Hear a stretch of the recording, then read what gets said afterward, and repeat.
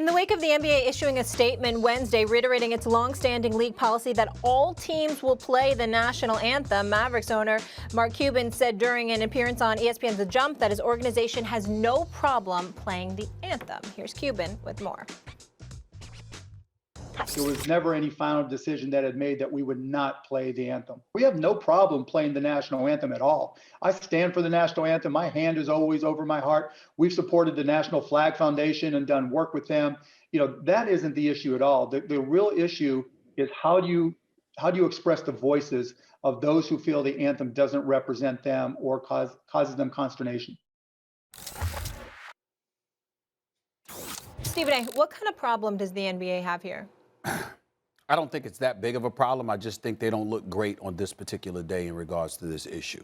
And the reason why I say that is because the NBA has had a long-standing tradition that they would stand for the national anthem. That has been their position. When we were debating it about Colin Kaepernick in the National Football League, we made it a point to highlight and illuminate the fact that while the NBA, Major League Baseball, and other sports leagues had mandated you stand for the national anthem, in the National Football League, they didn't mandate it. They just strongly encouraged it. And so because that was the reality of the situation, that made us come to the defense of Colin Kaepernick even more because he clearly was not violating league policy.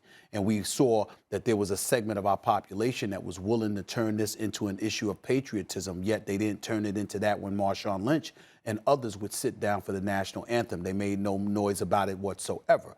So they were cherry picking in that regard. As it pertains to the NBA, let me get back to that. What I would say to the NBA, where the NBA looks bad, is this. If it's your policy, it's your policy. Then why wasn't it enforced from the moment that Mark Cuban didn't play the national anthem during a preseason game?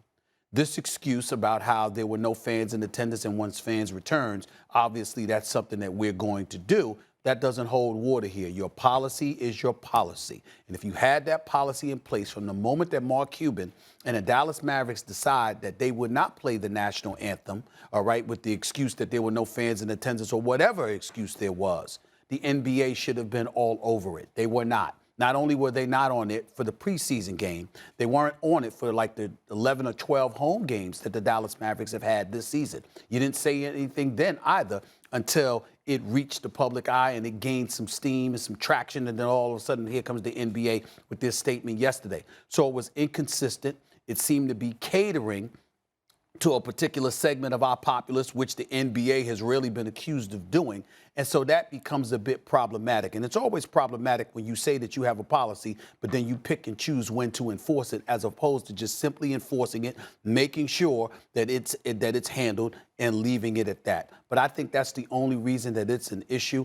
People are divided on this. I heard folks talking yesterday about the issue of patriotism again, not recognizing the fact that for a lot of black Americans out there, this is not old news for us. Even back in the days, in post-World War II, when patriotism was a huge thing and folks wanted to sit up there and have sports leagues and others really implement the playing of the national anthem into the 70s and beyond. You had the black press that elected to defer to lift every voice and sing because the national anthem they felt was something that was not for black people, based on the lyrics and based on how the country was treating black folks, particularly black military veterans, and how they were getting treated as well. But we don't need to get into all of that, not on this show. What I will tell you is that the NBA, again, I think they dropped the ball, but the only reason I say they dropped the ball is that you had a policy in place. What the hell did you wait to enforce it for? You should have enforced it from day one, especially since Mark Cuban's on the record saying that he spoke to Adam Silver about it, etc.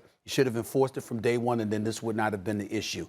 It is an issue now because the NBA allowed it to be an issue because they deviated from a policy they said they had firmly in place. No refuge can save the hireling or slave from the terror of flight or the gloom of the grave. Those are lyrics in the national anthem that we no longer sing, talking about black folk who defected from the or switched allegiances to the British because they were slaves in this country. Those are lyrics in the anthem. I mean, people have, not just black people, but people with who are socially conscious may object to that, or maybe even they feel that as an American, they can feel and behave as they choose so long as they're not hurting anybody else, right? I'll say this. Stephen A. What troubles me about this is that Mark Cuban claims, and I have no reason to doubt him here, that he did this in consultation. He consulted Adam Silver about this and then continued to not play the anthem, right? And this has been going on for some time, as you mentioned. Marshawn Lynch was sitting. No one noticed it. It didn't become an issue until they noticed Kaepernick was sitting. You bring up patriotism. There is a difference between patriotism and nationalism. Patriotism is loving your country, hopefully, for how it behaves. And nationalism is loving your country no matter how it behaves. And I think there's a big difference there, and we can agree to disagree about that. That's America.